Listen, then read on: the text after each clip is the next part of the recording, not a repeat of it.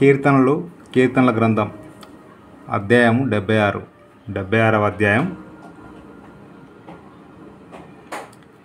యూదాలో దేవుడు ప్రసిద్ధుడు, ఇశ్రాయేలులో ఆయన నామం గొప్పది. షాలోంలో ఆయన గుడారం ఉన్నది, సీయోనులో ఆయన ఆలయం ఉన్నది. అక్కడ వింటి అగ్ని బాణములను, కేడెములను, కత్తులను, యుద్ధాయుధములను ఆయన విరగగొట్టెను. దుష్ట మృగములుండు పర్వతముల సౌందర్యము కంటే నీవు అధిక తేజస్సు గలవాడవు.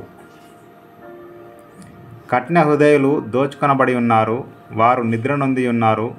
పరాక్రమశాలందరి బాహుబలము హరించెను.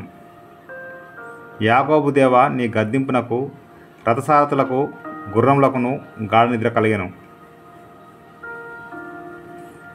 నీవే భయంకరుడవు. నీవు కోపపడు వేళ నీ సన్నిధిని నిలవగలవాడెవడు?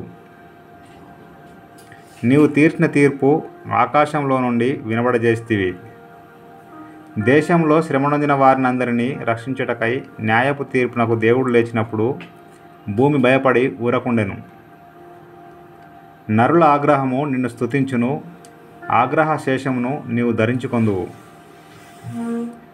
మీ దేవుడైన యెహోవాకు మొక్కుకొని మీ మొక్కుబడులను చెల్లించుడి.